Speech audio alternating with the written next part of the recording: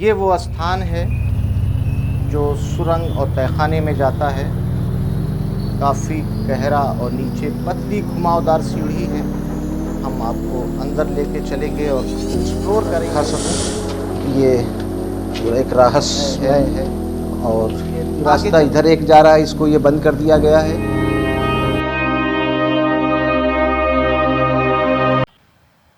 आदाब, नमस्कार दोस्तों, मैं हूं आसिफ और आज आपको उत्तर प्रदेश की राजधानी लखनऊ लेकर आया हूं। वैसे तो लखनऊ नवाबियत और कबाब के लिए पूरी दुनिया में मशहूर है, लेकिन नवाबों ने यहां पर एक से एक बेहतरीन इमारतों का निर्माण कराया है। हम लखनऊ सीरीज़ शुरू कर रहे हैं।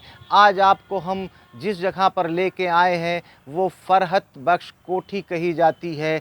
इसकी अपनी एक ऐतिहासिक महत्ता है। ये एक बेहतरीन इमारत है।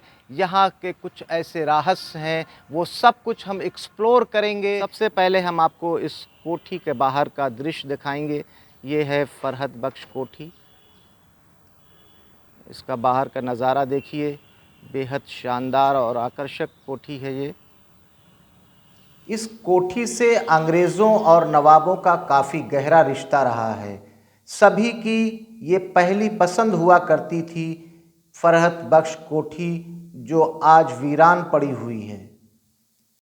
जब आप इस कोठी को देखेंगे तो पहली नज़र में ही आपको महसूस होगा कि ये इंडो फ्रेंच आर्किटेक्चर पे बनी हुई एक शानदार इमारत है।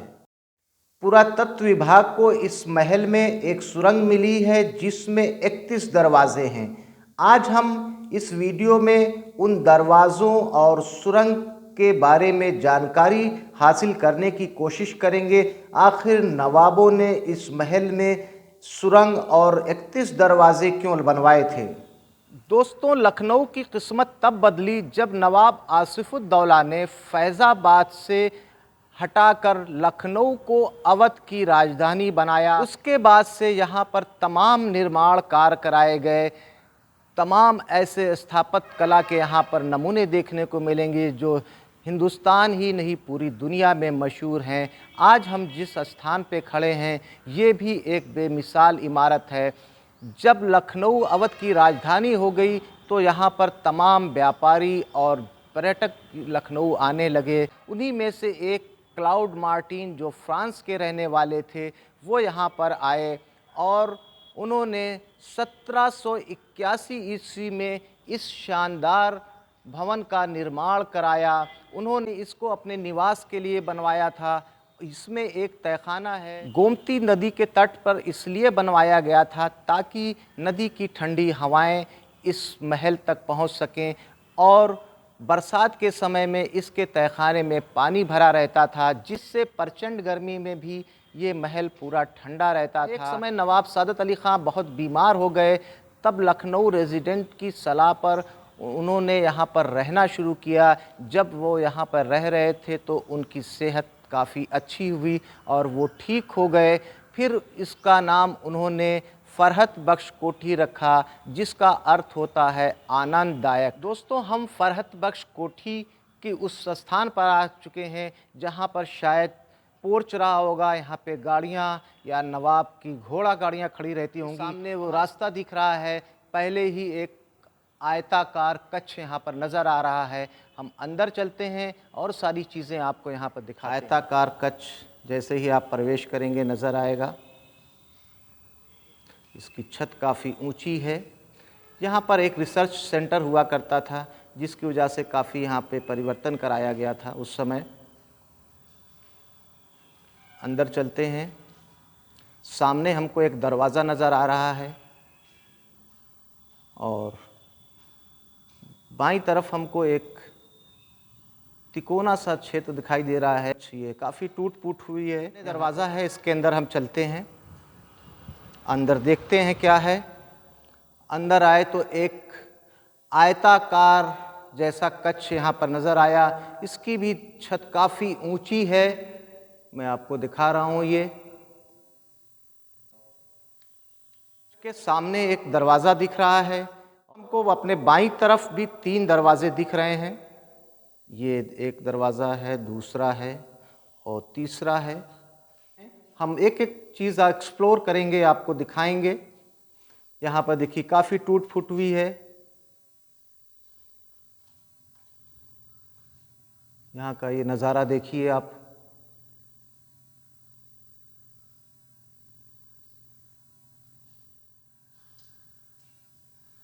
यहाँ पर एक दरवाज़ा नज़र आ रहा है, हम उधर चल के देखते हैं। यहाँ भी एक आयताकार कक्ष नज़र आया। हर जगह पर यहाँ कक्ष ही कक्ष नज़र आ रहे हैं और इनकी बनावट मिसाल है। बहुत ही खूबसूरत आकर्षक ये महल था। इधर आए हम तो काफ़ी यहाँ पर टूट फूट हुई है। ये आए तो एक कक्ष ये दिख रहा है। एक सीढ़ी ऊपर जाती हुई हमको दिखाई दे रही है। ये वो स्थान है जो सुरंग और तहखाने में जाता है। काफ़ी गहरा और नीचे पतली घुमावदार सीढ़ी है। हम आपको अंदर लेके चलेंगे और अंदर इसके क्या है आप देख सकते हैं कि कितनी रहस्यमय और घुमावदार सीढ़ी है ये। यहाँ पर काफ़ी अंधेरा है, हमने टार्च जला रखा है इसलिए आपको ये उजाला नज़र आ रहा होगा। अब हम सीढ़ी के माध्यम से नीचे तहखाने में जा रहे हैं और उस जगह को देखेंगे, बारीकी से समझेंगे कि नवाबों ने इस तहखाने में सुरंग क्यों बनवाई थी और उसके लिए 31 दरवाज़े क्यों बनवाए थे। बहुत घुमावदार सीढ़ी है, नीचे घना अंधेरा है, कुछ भी दिख नहीं रहा है। बहुत संभल कर अंदर हमको जाना है। इतना घना अंधेरा है कि कुछ भी आगे नहीं दिख रहा है। टार्च की रोशनी जहाँ तक पहुँच रही है वही हिस्सा हमको नज़र आ रहा है। आखिरकार हम तहखाने में पहुँच गए। तहखाने में हमने कदम रखा तो सामने ही हमको एक सुरंग नज़र आई। हालांकि पुरातत्व विभाग ने दीवार उठाकर वहां तक जाने का रास्ता बंद कर दिया है, लेकिन ये देखिए सामने सुरंग नज़र आ रही है और दूसरी ये सुरंग एक नज़र आ रही है। जैसे से हम आगे बढ़ रहे हैं हमको अलग अलग दरवाजे और सुरंग नज़र आ रही है। पुरातत्व विभाग को खुदाई के दौरान यहाँ नाव बांधने वाले गोल कुंडे मिले थे और एक नाव भी मिली थी। इसके साथ ही इस गुफा में 31 ऐसे दरवाजे भी सामने आए जो गुफा को सीधे नदी से जोड़ते हैं। ये भी बताया जाता है कि इस महल के 136 कमरों को ये दरवाजे कुदरती रोशनी प्रदान किया करते थे। ये सभी दरवाजे ऐसे बनाए गए थे कि दिन में सूरज की रोशनी से महल जगमग रहता था और चांदनी रात में चांद की दूधिया रोशनी जब इस महल पर पड़ती थी तो इसकी खूबसूरती को चार चांद लगाती थी।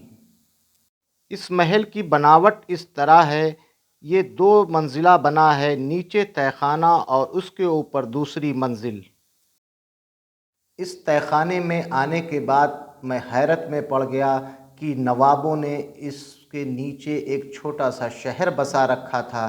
चारों तरफ कमरे हैं, दरवाजे हैं जो सुरंग से जोड़ते हैं और सामने ये देखिए ये एक हिस्सा है जो पानी में शायद उस समय डूबा रहता था, क्योंकि बरसात के समय यहाँ पर पानी भरा रहता था और नाव के माध्यम से नवाब और उनकी बेगम यहाँ पर आया करती थीं। इस महल की ये ख़ासियत है कि नाव इनके आवागमन का मुख्य साधन होता था। ये हिस्सा देखिए कितना नीचा है, यहाँ पर मैं ठीक से खड़ा भी नहीं हो पा रहा हूँ। ऐसा लगता है कि यहाँ पर पानी का स्टोरेज रहा होगा, यहाँ पर हमेशा पानी भरा रहता था, क्योंकि इस महल की खासियत ये थी कि प्रचंड गर्मी में भी यहाँ पर काफ़ी ठंडक रहती थी। शायद यही वजह है कि नवाबों और अंग्रेज़ों की ये पसंदीदा जगह हुआ करती थी, क्योंकि गोमती नदी से सटा हुआ था।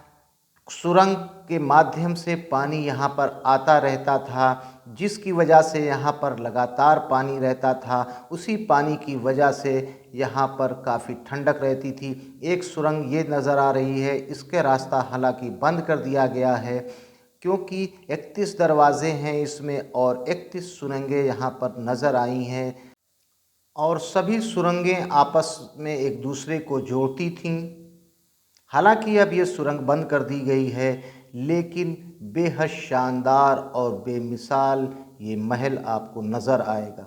दोस्तों, आज हमने आपको लखनऊ में स्थित फरहत बख्श कोठी दिखाया। पूरी कोठी को एक्सप्लोर किया हमने। तहखाने में वो 31 सुरंगों का जो राज था उसको सुलझाने की कोशिश किया। उम्मीद है कि आपको हमारा ये वीडियो पसंद आया होगा। दोस्तों, अगर आपको हमारा ये वीडियो पसंद आया है तो हमारे चैनल को लाइक कीजिए, सब्सक्राइब कीजिए।